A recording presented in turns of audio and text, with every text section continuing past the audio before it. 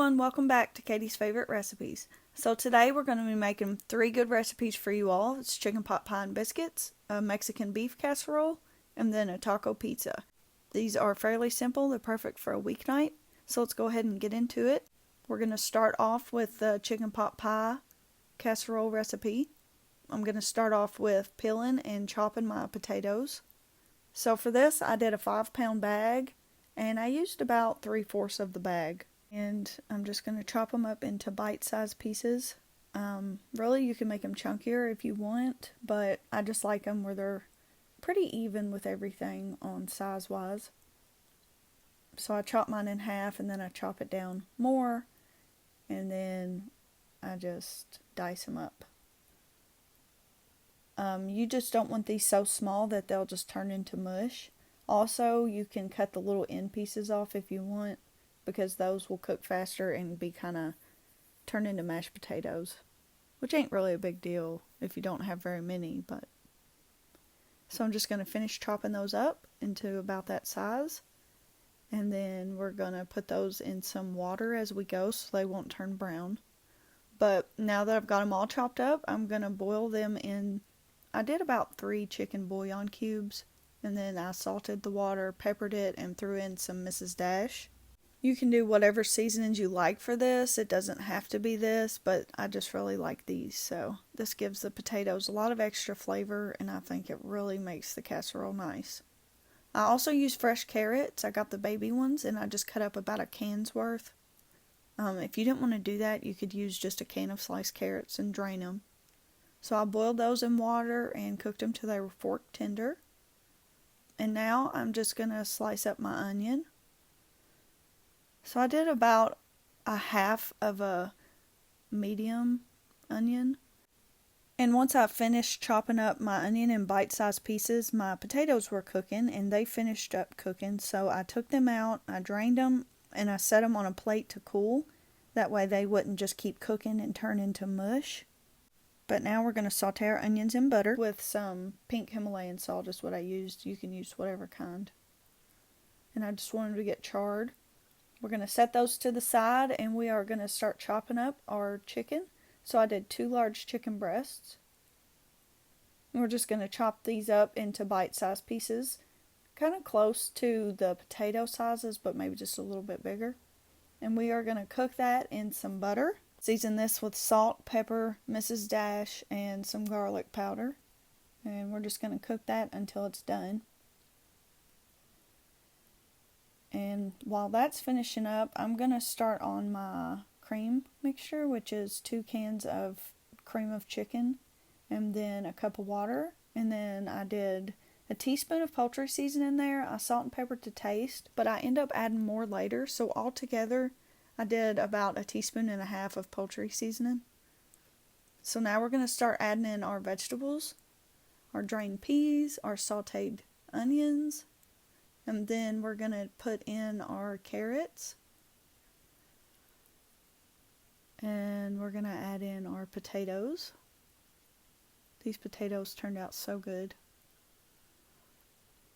We're going to throw in our chicken that we have finished cooking and the juice too. And then I'm going to add some cheese. That's optional, but I just love cheese in this. And we're going to mix this all up really well.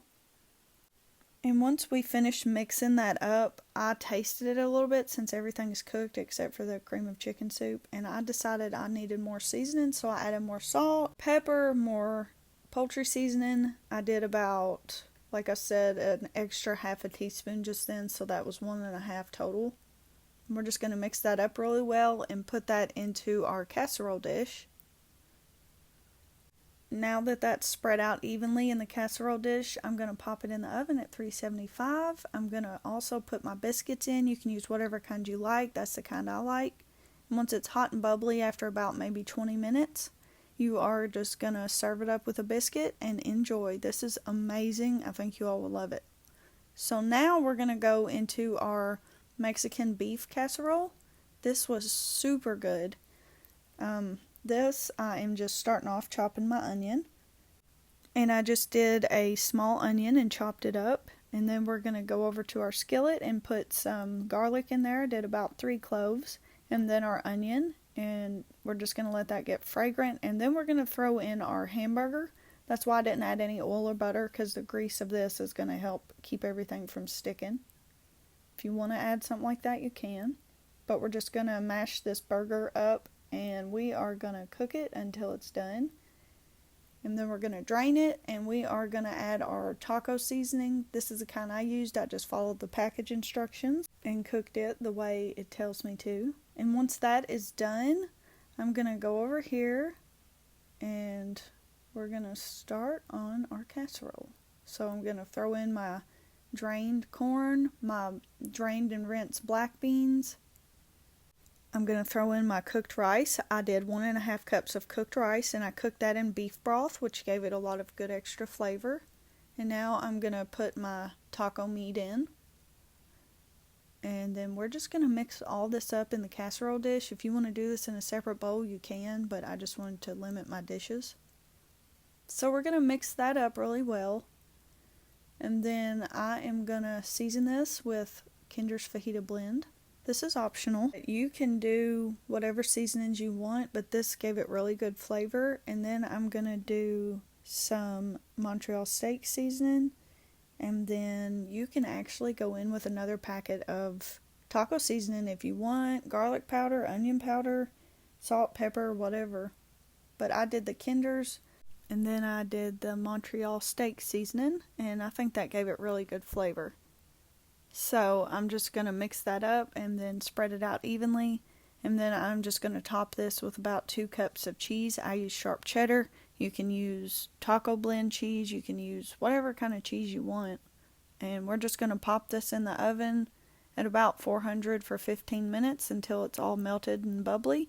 And this was super good. We love this. I topped mine with some cilantro, and that really gave it a lot of extra flavor. So I think you guys will love this. So now we're going to go over and start our taco pizza. So I'm just going to start cooking my hamburger. I did 2 pounds of hamburger for this. And we're just going to do a taco packet, just like I did in the last one. We're going to get 2 cans of crescent rolls, and we're going to start putting that on our bacon sheet. I've got a towel under this, so that's why it's rocking so bad. But anyways, we're just going to take all of that and lay it out flat and pinch the perforated holes together. And we're going to cook that according to what the can says. And then I'm going to start on my cream cheese and Greek yogurt mix. So I did 1 pack of softened cream cheese, and then I did 2 small cups of the Chobani Greek yogurt, the plain. And we're just going to mix that up in the mixer until it's blended up smooth. And we're going to go back to our taco meat, and we're going to add our drained rinsed black beans, and we're going to stir that up really well.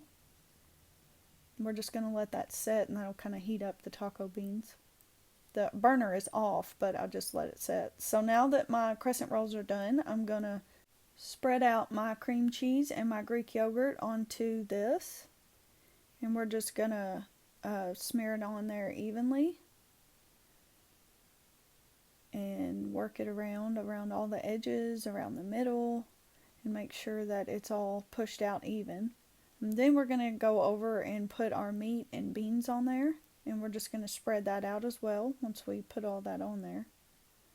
And you can see that this is still hot, so I'm not going to bake this anymore. This is going to be done as far as cooking goes. And I'm going to top this with our favorite cheese, which is shredded sharp cheddar cheese. If you wanted to, you could pop this in the oven for just a minute to let it get melted, but I didn't do that. And then you can top this with whatever you want. I did half of it with lettuce, and I just left it at that. You could do hot sauce, you could do avocados, you could do whatever you wanted, salsa. But this was really good, and it was fairly simple to make. It's perfect for a weeknight. It is a little bit messy, but it's nothing bad. It's perfect for a weeknight. So I think you guys are going to love these recipes. They're all full of flavor, and they are all super good. So make sure to like and subscribe for more, and I hope that you all enjoy. Thanks. Bye.